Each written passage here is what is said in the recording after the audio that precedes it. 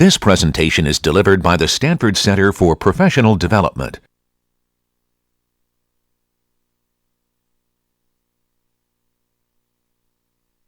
So a little bit of additional background on Carol before we dive into the real meat of things. Okay? One thing you may have noticed is all the Carol code that you've either started writing if you're already working on assignment number 1, or all the code that we write in class is all in a file that ends with .java. If you haven't noticed that before, now you know it ends with .java. Because in fact, Carol is all implemented in Java. So one of the things you might be wondering is, hey, I know a little Java. Can I use some Java in conjunction with Carol? And the answer is no. For the purpose of the Carol assignments, you should just use the constructs that you've been shown in class and in the Carol reader. Just keep it to those constructs. It still gives you plenty of stuff to do with Carol. It's a good time, but keep it to that. And actually, starting on Monday, we're going to sort of leave Carol behind. We'll say, bye-bye, Carol. And he'll be like, bye-bye. I love you. Call me. But we'll get into Java. So if you know Java now, just use the Carol stuff in the Carol assignments that we actually do. All right. So with that said, any questions to start off with before we dive into something new? How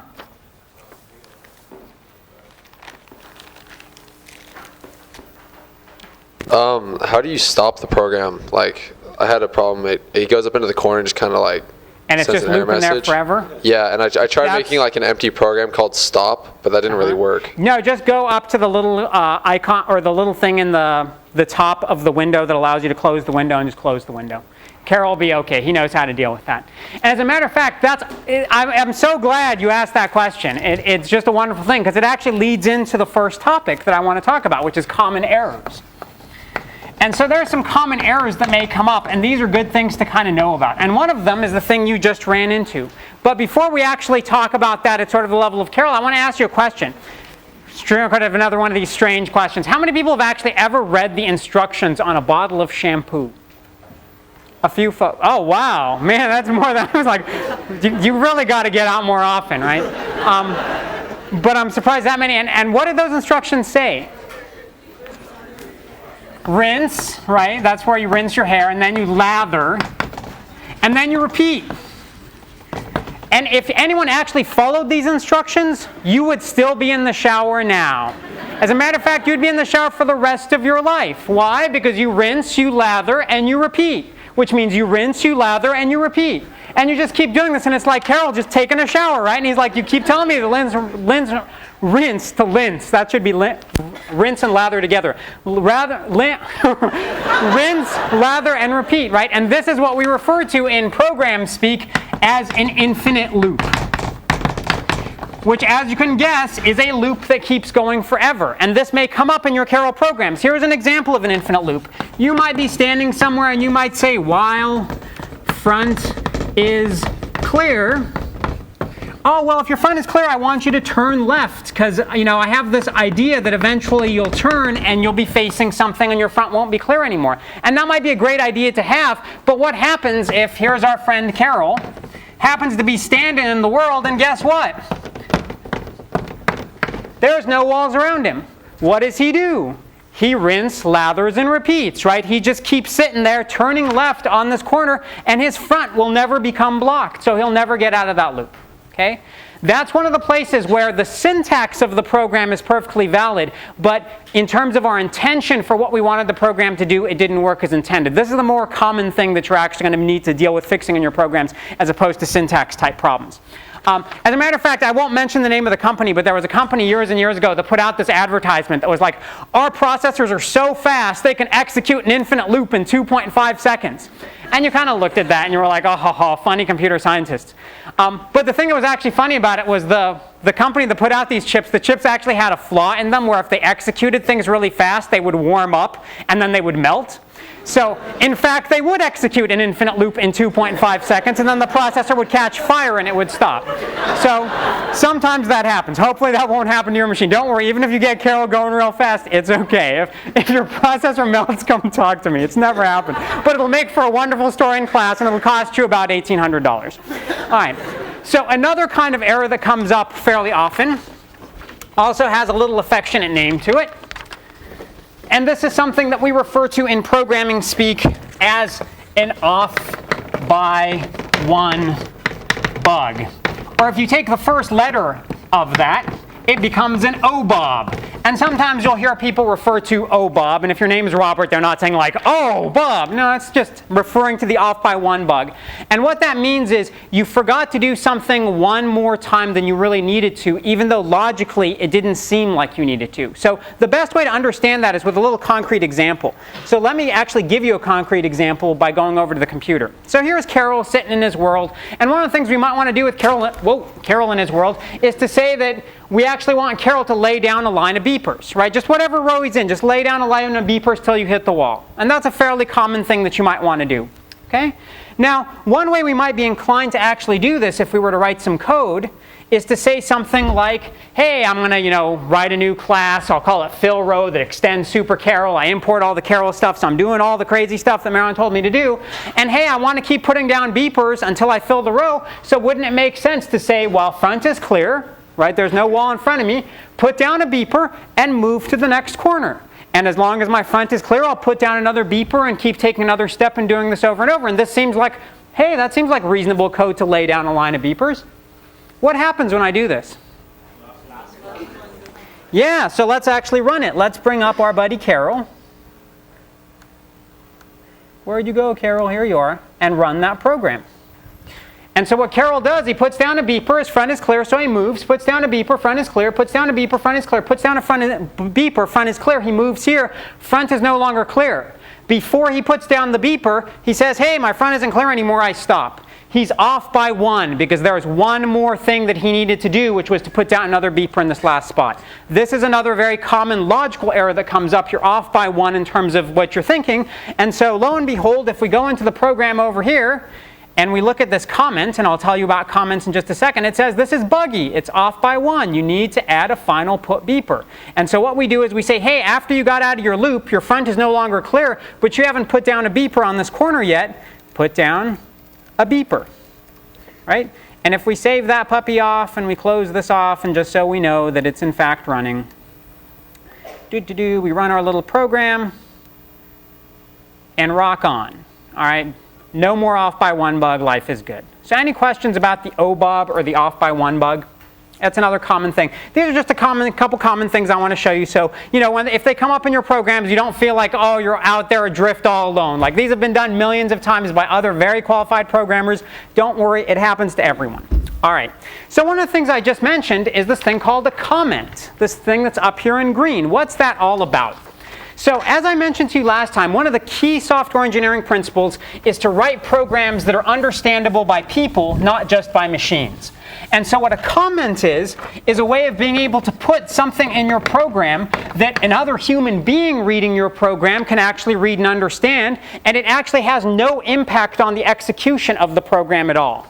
And so the way the comment works is it starts off with a slash and a star, and now everything you put, it can even span multiple lines until you put a star and a slash, is a comment. It's there just for the person to read, and it doesn't affect the program at all. And so what I would encourage you to do as part of good programming style is all of your programs up at the top should have a comment that says what the name of the file is and has a little bit of an explanation about what your program actually does. And if you're wondering how much of an explanation or how in-depth it should be, it can be as in-depth as you want, but in the handout you got today, you see examples of a bunch of programs and they're all commented, so you can see examples of comments in there. There's also shorthand you can do. There's a comment that's just // and that just means everything on the remainder of this line is a comment. So it actually has no close in some sense for the comment like this does explicitly. Everything else to the rest of the line, when you hit a return, that's how it knows it's done with the comment. So sometimes if you want to have a one-liner comment somewhere, you can just put a //. Question?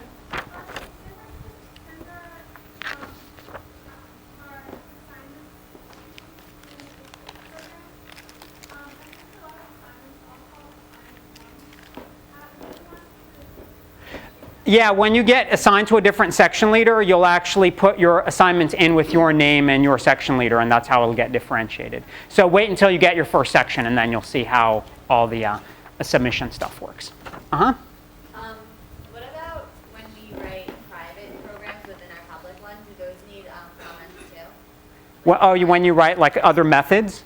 Yeah, you should comment those as well. So methods should also be commented as well, and I'll show you an example of that today, actually, so you can see an example of how we do that. So that's actually, and I love it when everyone just is, you know, it's like ringers in the audience. You just lead me into the next topic, and that's a perfect example to say, hey, let's actually look at a program that we did last time, which was the steeplechase program, now with comments. Okay, so up at the top, sometimes you need to click this little plus sign to expand the comment, because Eclipse has a tendency to sort of minimize the comments automatically. So just click the plus sign and it'll expand them out. Steeplechase, so we have a nice little comment here at the top of our program.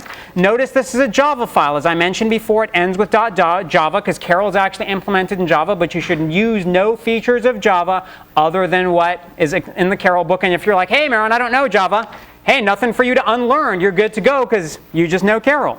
All right. The other thing that's going on here is you'll notice that inside the program we have comments as well. So this method, the run method, it says to run a race that's 9 avenues long, we need to move forward or jump 8 hurdles 8 times. And that makes it explicit to the person, right? If we didn't have that comment, someone would come along and say, hey, the race is 9 avenues. Why are you only iterating this 8 times, right? And that's a natural question to ask. And so you put in comments to clarify things in the program which are not obvious. Okay? Another thing related to that is what's referred to as preconditions and postconditions. What did you expect to be true before you called a particular method or before a particular method is invoked, and what's going to be true afterwards? So our friend jump hurdle here, remember jump hurdle from last time? We ascend the hurdle, which means we go up, we move to cross over the top of the hurdle, and we descend hurdle to come back down the other side. Well, what we needed for that to be true, for this to actually work right, is the precondition is you were facing east at the bottom of a hurdle, which means the hurdle was right in front of you and you were facing east in front of it. That way we know which way to turn and how to ascend the hurdle and how to get over it, and when we're done you're going to be facing east again. So you can assume after this method is done that you're facing east again and you're at the bottom of the world in the next avenue after the hurdle. So it makes clear, right, because we don't know what all stuff is going inside ascend hurdle and descend hurdle, but a programmer now doesn't need to trace through the execution of your program to figure out what's going on. This tells them what needs to be true before and what needs to be true after, and it helps you with debugging. Because if you're debugging your program and you call this jump hurdle method and you haven't satisfied the precondition, it's probably not going to work right, and that allows you to work backward to figure out what you need to do to fix things before you even call this method. Okay, so any questions about that? So as we go further down, you'll notice, and this is all in your handout, all of the methods have preconditions and postconditions that are commented in here. This is a good habit to get into, at least for your Carol programs. Okay, even if you don't explicitly put pre and post conditions, you should at least have some comments for every method explaining what that method does. So that's the level of commenting that we actually want you to have. Notice it's also perfectly fine to have very short, like 3-line or in some cases even 1-line methods is perfectly fine, because it helps, like here's a 2-line method over here, it just helps break the program down. Okay? And that's a process we refer to as decomposition. And so what's decomposition all about, right? We need to think of this in sort of more concrete terms that you may understand from your daily life. So besides reading the bottle of shampoo, another thing that we could talk about is what you did this morning. So if I were to say, hey, what did you do before you got up for your or before you went to your first class this morning? How did you get yourself ready this morning? What did you do? Anyone want to volunteer what they did? I know it might be a little scary for some of you. What did you do this morning? Use the microphone, please. Pardon? I rolled out of bed. All right, so you woke up. Wow, did you even hit the snooze bar at all? Twice. Oh, good times. That's always good. 2 is good. My old roommate in college actually would play the snooze bar game, no joke, for 2.5 hours. And I would be sitting there, I'd be in the room, like I'd be awake, staring at the ceiling, and I know his snooze bar. And I'd be like, Joe, why don't you just not set your alarm? And he'd be like, no, man, I got to set my alarm. And every day, anyway, I'm glad it's only twice for you. You can tell there's just like I got this little twitch from like 15 years ago from the snooze bar. But you woke up, and then what did you do? Okay, and then I brushed my teeth. Okay, you brushed teeth. What else? Go to the bathroom. Bathroom. I won't ask you for any more detail on that. Yeah. What else? That'd be awkward. And shower? Was shower in there maybe? I shower later in the day. Oh, okay. That's fine. I'm just going to stick shower in here. Okay. Just for good measure. But it's perfectly fine whenever you want to take them. What else? Okay. And then clothes. Clothes. And then presumably you probably went out of your room or ate breakfast. Or did you get up for breakfast? No. Yeah, I know it's brutally early, isn't it? Like, Yeah. I think like I ate breakfast like once the whole time I was an undergrad, and it's because like I just stayed up the night before and I was like, oh my God, there's a thing called breakfast and I can actually go to it, so I went. But so this is an interesting thing. You give us sort of a breakdown of what you do. Thank you very much. What's your name, by the way? Jasmine. Thanks, Jasmine. I'll try to see if I can get to you, but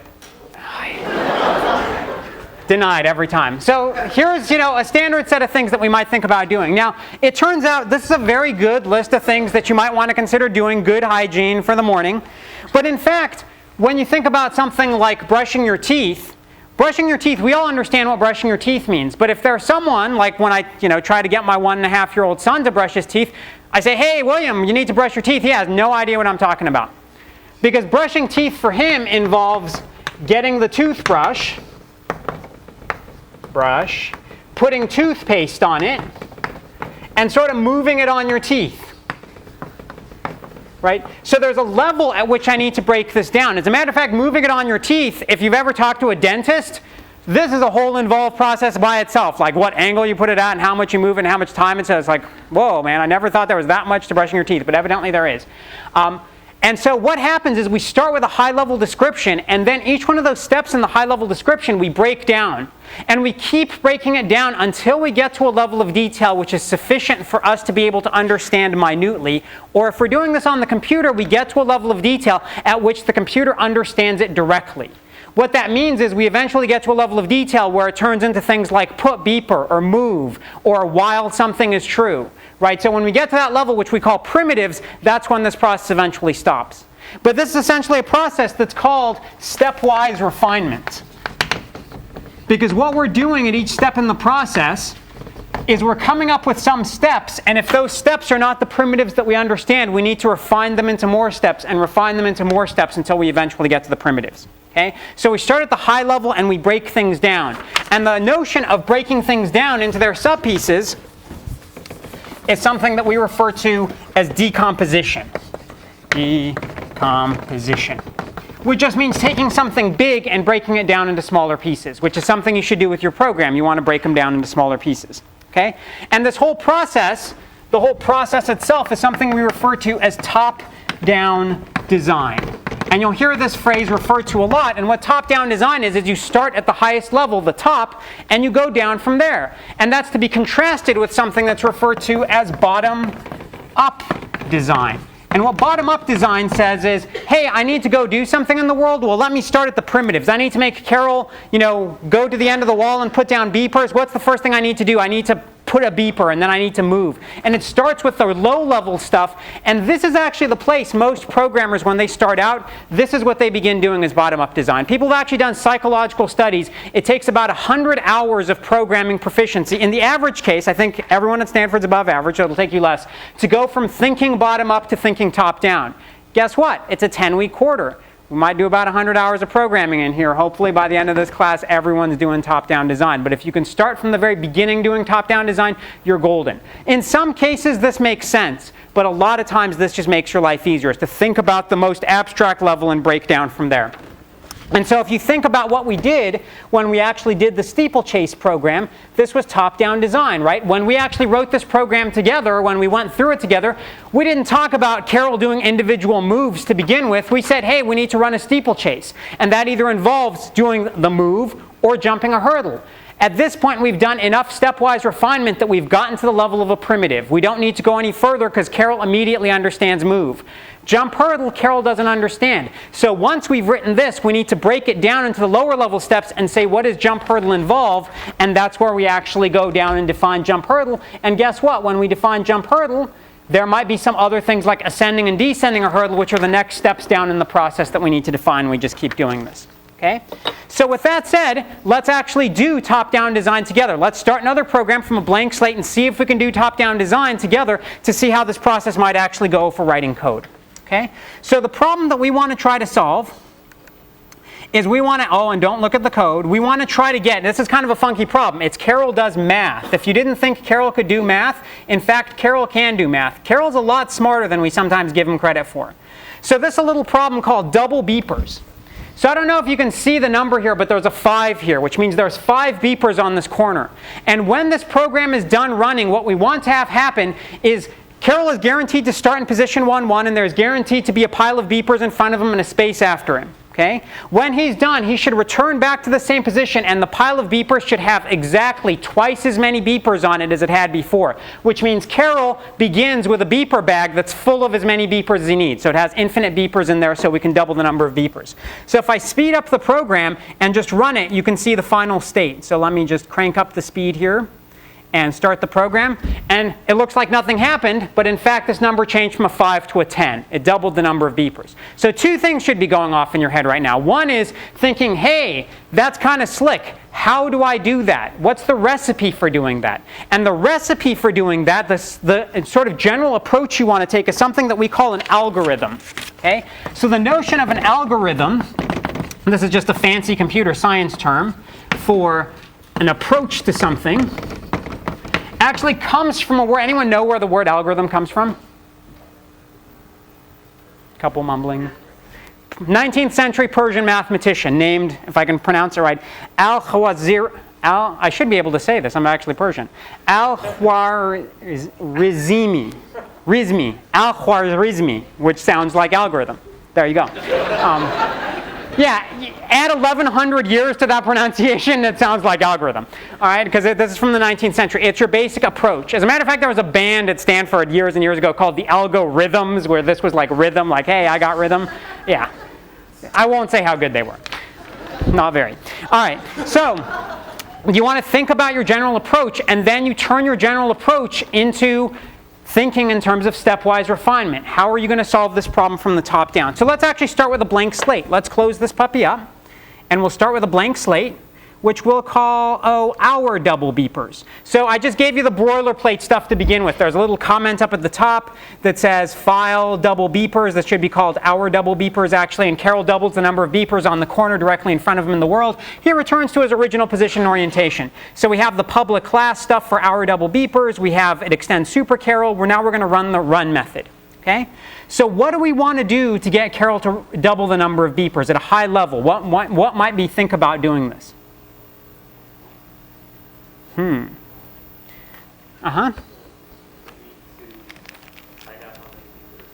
We need to figure out how many beepers there are. In order to do that, maybe we should move to the pile of beepers, right? It's one avenue in front of us, so we do a move. And now here's the part that almost seems like magic. I'm going to say move. Hey, you're on this pile of beepers now. Why don't you, hey, double the beepers in the pile? And you're like, Marin, can I do that?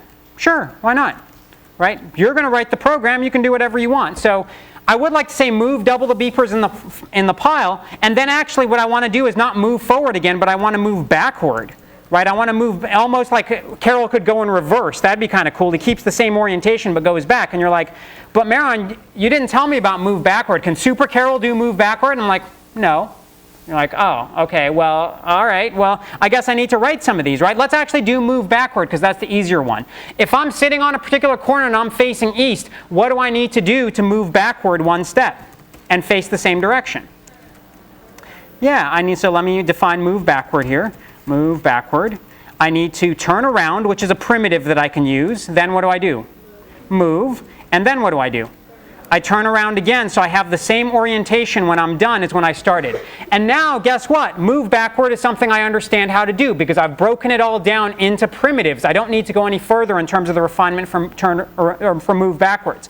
But now there's the magical part, right? There's double beepers in pile, and that's something that might be a little bit more involved. So I come along and say, okay, I need to define what double beepers in pile is. Double beepers in pile. At this point, I need to think about my algorithm. What's going to be my approach for doubling the number of beepers? What's a way that I could possibly think about that problem? Because Carol can't count, right? There's no way for Carol to just say, hey, count how many beepers are in this corner. What's one way he might approach it? That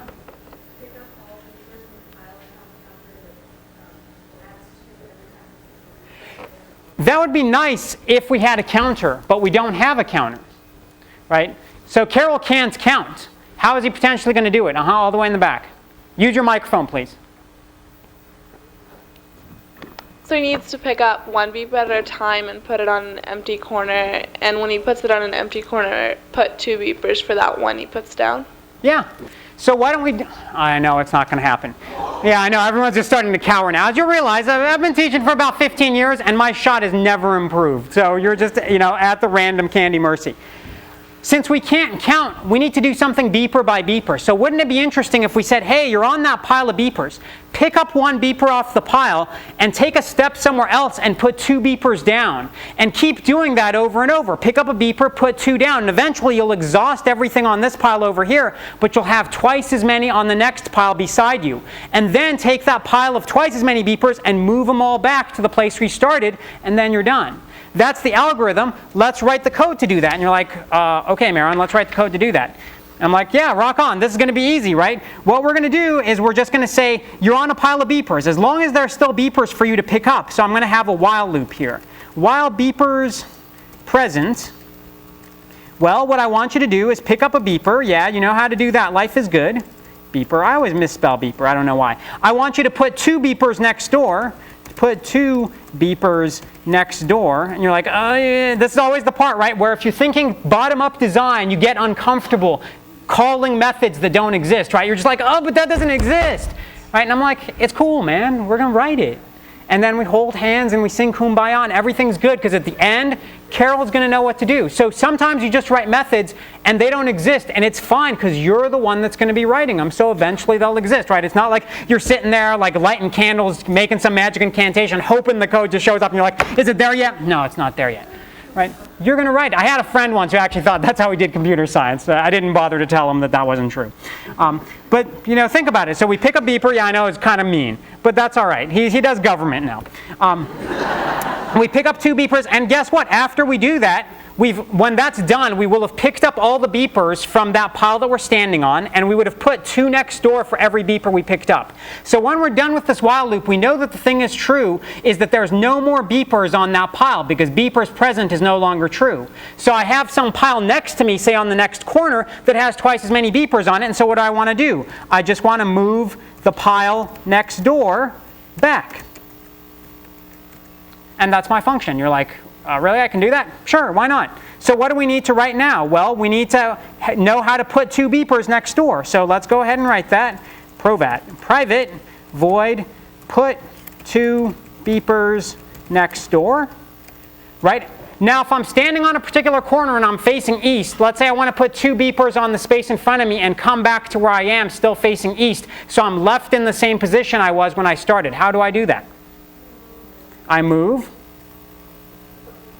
I need to put 2 beepers, so I could put beeper. And if you really wanted to, you could put a for loop here and say, hey, Marilyn, you're doing something twice. Can I do a for loop and do for int I equals 0, I less than 2, I plus plus, put beeper? Sure. Right, there's multiple ways of writing a program. I'm just going to put beepers because it's 2 lines. The for loop would have been 2 lines too. Now what do I do? Ah, yeah, rock on. I move backward, right? Which allows me to move back 1 step and keep the same orientation. So I end up, my post condition is essentially the same as my precondition, except I've moved 1 beeper over to or I've put 2 beepers onto the next spot. And move backward, you're like, hey, I already wrote that. So everything now is in terms of instructions that Carol understands. So at this point, I don't need to go any further. So I know how to put 2 beepers next door. So the only thing left to do in this program is to move the pile next door back to where I am now. Okay? So what that means is, how do I move that pile back to where I am? So I'll call this, for lack of, well, I know what the function name is. Or the method name is. I'll just steal it from up here. Because sometimes you just get tired of typing. All right, so move the pile next door back. Well, the place that I call this, right, I call this up here. I'm not actually on the pile next door when I call it, right? My precondition is I am on the avenue before the pile. I'm facing the pile, but I'm not on the pile. So the first thing I need to do in terms of moving the pile next door back is I need to move over to where that pile is. So now I'm standing on that pile of twice as many beepers. And I want to move all the beepers back 1. So what could I do? I could pick beeper, but there's something I want to do multiple times. I need to have a while loop, right? And I'm going to do something. What condition do I want to test, right? If beeper's present, right? So as long as there's beepers present, there's still more work for me to do because there's still more beepers I need to move back. So while there's beepers present, hey, why don't I move 1 beeper back? Move 1 beeper back. All right, again, haven't wrote that yet, that's fine, but when this loop is done, what I know is I've exhausted all of the beepers that are on this pile, because every time there was a beeper present, I picked it up, I moved it back one spot, and hopefully that method brought me back, should bring me back to the place that I'm standing right now, and I just keep doing this until I've transferred all the beepers. So after I've transferred all the beepers, what do I need to do to satisfy my post condition, which is I want to go back to the place I just transferred all the beepers? I need to move backward, because all the beepers were transferred one avenue back. So I just move backward to go back one avenue. Okay? Now, I'm almost done. I'm almost feeling good, but not quite. I need to do the move one beeper back. And at this point, I've gotten to such a simple level that maybe I could just do this. So if I'm standing on a pile of beepers facing east, how do I move one beeper back behind me, put it down, and come back to the spot that I'm at? Well, first, let me pick a beeper, right? Because I need to actually move the beeper. I could turn around first. That's perfectly fine. There's multiple ways I can do things, but I'm going to pick the beeper first. Then what do? Yeah, rather than turning around, let me just use move backward. That'll take me back one spot. Then I put beeper, and I move to move back to the spot that I'm at. Right? Now I'm all in terms of things that what I refer to as primitives, right? Or instructions that I've previously defined. And there's nothing more for me to define, because every time I define some new method and I said, hey, I'm just going to call that, I went and wrote it. And I just kept doing that over and over until I'd written everything I needed to do. Uh-huh. Don't you have to move backwards twice to be on the beeper pile next door on move pile next door back? On move pile next door back? No, because move one beeper back, I pick up a beeper, I move backward, I drop it off, and I move forward. So I'm on the pile that has all the beepers. Yeah, and that's what I did up here, right? So after I double the beeper pile, then I move backward. So that's a good point, but you always want to remember what other things are going to happen after you execute all that. Okay? And so now the question comes,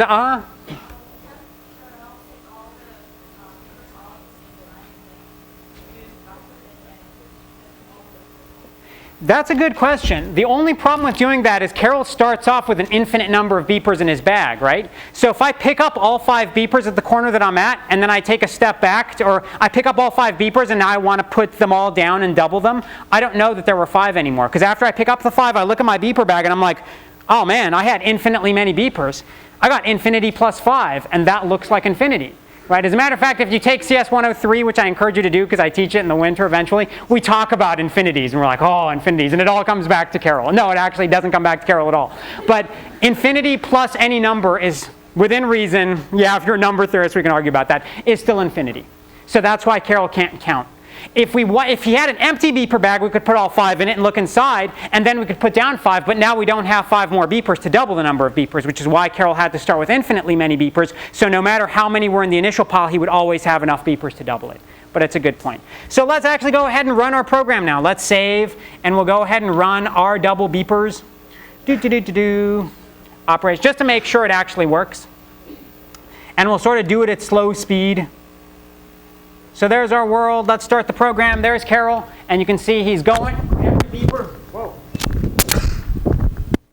He just didn't want me to explain that program at all. All right, Carol. I'll remember this. So for every beeper he picked up, he put 2 here, and now he's just transferring them all back. Go, Carol.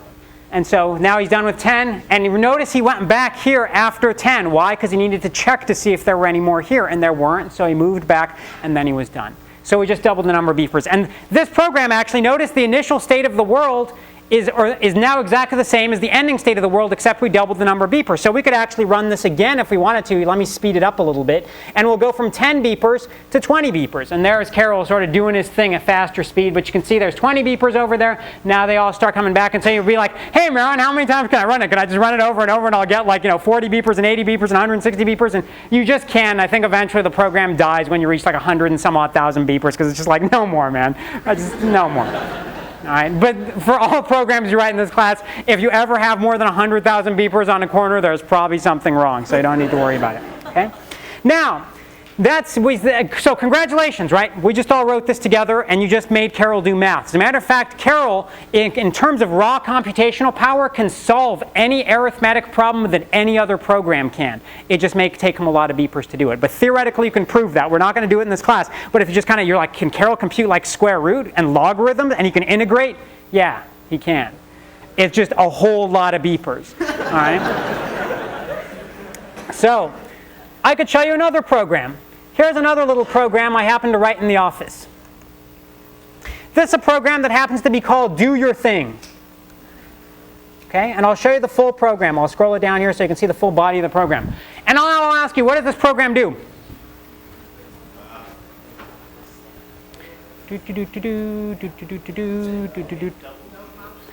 This does exactly the same thing the code you just wrote did.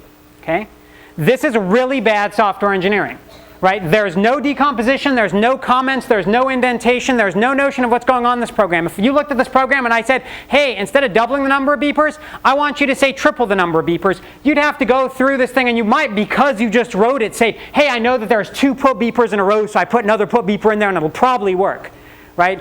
Whereas, say you're a software engineer and you just got your first job, and you can look at either that code, or you can come over here and look at the double beepers that's actually in your assignment that has all the comments like, hey, this doubles the number of beepers. And over here, guess what? This is the version that's in your handout. This is all the same code we just wrote, except now with comments. Like for every beeper on the current corner, Carol places 2 beepers on the corner immediately ahead of him. And this says place 2 beepers on corner 1 avenue ahead. And you say, hey, if I want to triple the number of beepers, I change the comment from 2 to 3 and put another put beeper here, and I know exactly where it goes, and it's easy to understand. That's why software engineering is important, because that kind of modification to code happens far more often than writing code from scratch. About 10 times more often. So if the code is bad to begin with, it gets 10 times more costly to go and make fixes to it. And this is something that's sort of well documented. Some people actually argue that the number is higher. But that's why it's important that when you write your program the first time, or subsequent revisions you make to it, you have good style, because that's just way more important than just getting the program working. And I've seen people actually turn in programs called Do Your Thing. That's where I actually got the name. I actually knew someone once who wrote a program called Do Your Thing. And I was like, you've got to be kidding. Right? And it was just like this, right? It was just a whole bunch of straight line code, no decomposition. They're like, well, it works. And I'm like, yeah, but that's not what software engineering is about. And we got into this, I won't call it an argument, I'll call it a discussion. And they got really adamant because they were like, but it works, so I must get an A. And I was like, someday if you're teaching this class and you're willing to accept code like this, you can give yourself an A. I'm not, because this is just anyone who sees this, not only in this class, but outside of this class, will be horrendous code. And I don't want any people coming out of this class to go out into industry and be like, hey, yeah, this is what Maron told me to do. That's why I'm writing it this way, right? Because not only will they be like, no, I'm sorry, you're fired, but find that clown Maron and fire him too, right? So don't write code like this. So any questions about this? And let me bring up the good code again, just so you don't get, think like that other code is the good thing to do. When you're naming the private void methods, should the first letter be capitalized or not? Good question. So in terms of, as someone asked before, all the words or methods that we define are all case sensitive. You'll notice that sometimes we use a naming convention. I'm actually bad because I mixed up the naming convention a little bit, where the first name of the methods, we can either have a lowercase character or an uppercase character. It's up to you how you want to do it. Just be consistent. Sometimes this notation is referred to as camel case. And the reason why it's referred to as camel case, the first letter of every word that actually appears sort of all stuck together is uppercased. And it's kind of like a camel with humps, because every once in a while you get this capital letter with a hump. So that if you hear someone refer to, oh, we use capital case or camel case notation, that's what they mean. It's all strung together as one word with the first letter of each word capitalized. Sometimes what people will do is they'll actually put in underscores. You can put in underscores between words, and that's perfectly fine too. When we get into Java, I'll actually spend probably like half of a lecture talking about the different conventions for all kinds of things. Because when we get into the Java world, there's actually a bunch of things besides just method names you need to worry about, and we use all different sorts of conventions for them. For right now, I'd just say pick one convention and stick with it. And the convention you can use is, the 2 most common ones are either camel case all the way through or camel case except for the first character, which is lowercase. Any other questions? So all these subprograms, it doesn't matter. When you run the main program, you just look for Yeah, so it starts at run, and every time it encounters some method that it doesn't know is a primitive method, it just says, hey, did you define it somewhere? And it goes to that definition. And guess what? If it encounters one that you didn't define, that's an error.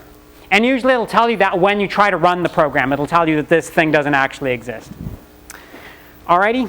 Any other questions about? Is there anything stylistically as to what order you should put your private methods in? No, you can put them in whatever order you want. Usually I just put them in the order as I need to define them, right? So just like we did in class, I just keep going down, which means run starts at the top and everything comes underneath it. A couple things related to that. One question that always comes up is, how do I know how much to decompose, right? Like, aren't there different ways I could decompose? And in fact, yeah, there are multiple different ways you can decompose. So let me just give you some sort of quickie guidelines about how you might think about decomposing, okay? In terms of decomposition, the thing that you really want to think about is every one of your methods should basically solve one problem. Okay?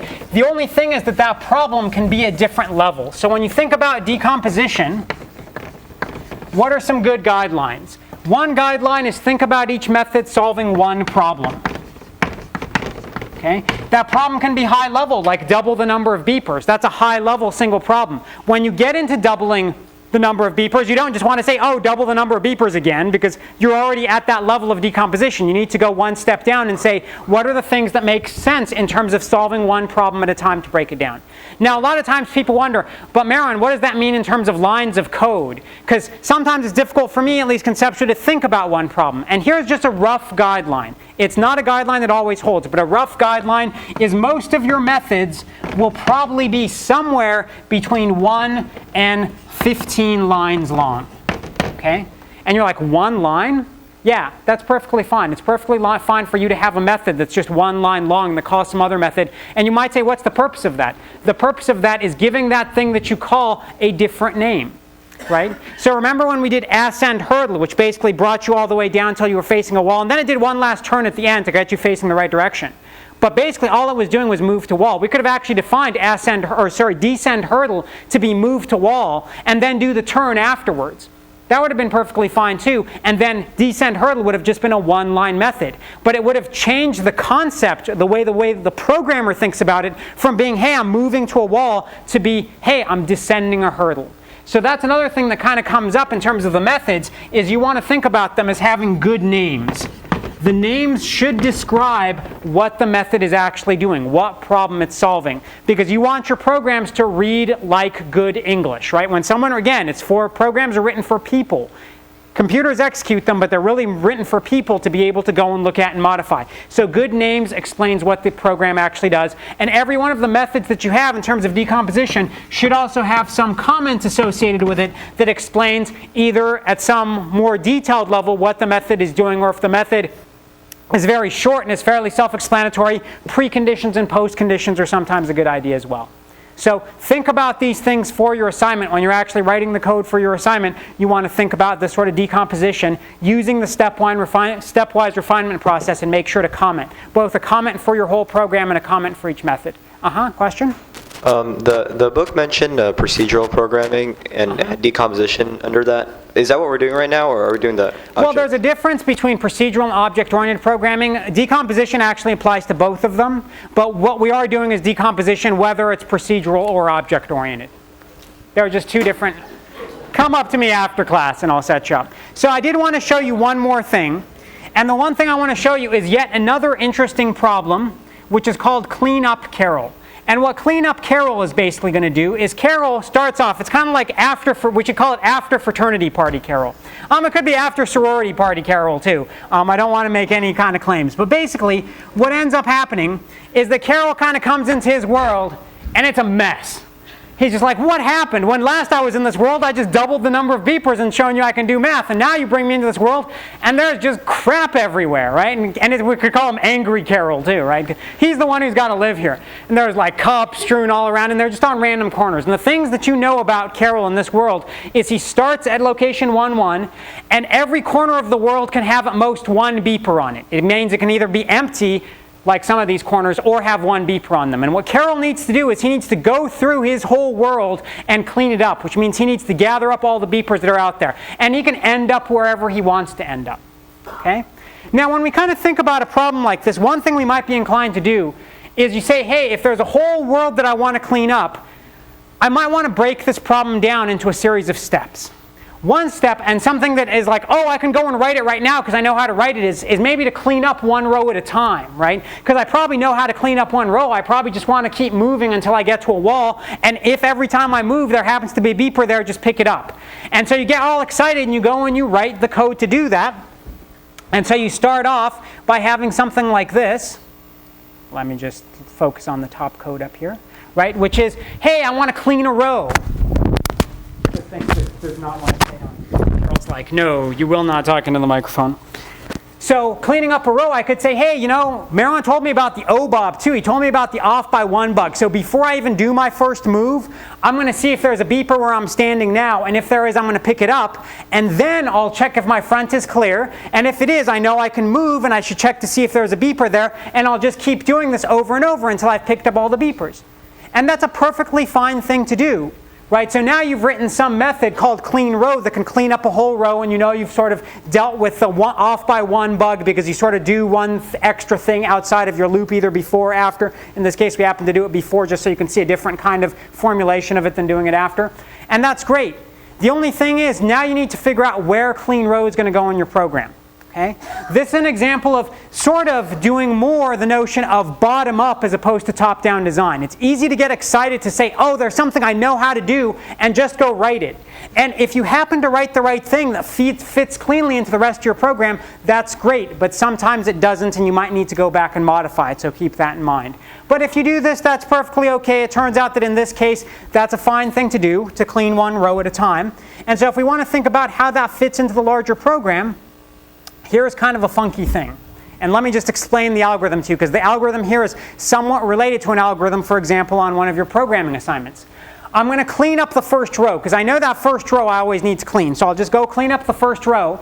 And now I want to check to see, am I done? Well, if I've just cleaned up a row, the only way I know I'm done is if the ceiling's above me, right? I've reached the end of my world. And so I'm facing east, so I check my left to see if there's a ceiling up there. And if there's a ceiling up there, then I'm done. But if there isn't a ceiling up there, then I need to do more work. So while my left is clear, right, there's no ceiling up there, I'm going to reposition to clean up a row to the west, because I just cleaned up a row sort of moving to the east. Am I facing your east? Yeah. I just cleaned up a row to the east, and I want to say, hey, no ceiling here. That means there's another row to clean up here. So what I want to do is move up one row to be able to now head west and clean up the next row, because I'm going to go back and forth. That's my algorithm. So I'm just going to write some function that says reposition for a row to the west and go ahead and clean that row. So now I move over to the west and I clean that row. Now what do I need to do again? I need to check my roof. But now my roof, because I'm not facing that way, isn't on my left anymore. I need to check my right to actually check my roof. So I say, if my right is clear, then reposition for a row to the east. You're going to go back the other way and clean that row. Okay? Now there's this else here, and we'll get to the else in just a second. But just to figure out what reposition to west and east are, they're actually very simple. I'll just show you those down here. Reposition for row to west means I just finished a row to the east. How do I get up to harvest the next row or to clean up the next row? I do one turn left that gets me to face north. I move up one step, so now imagine I floated up one row. And then I do another turn left and I'm facing like this, and I'm ready to plow over the other direction.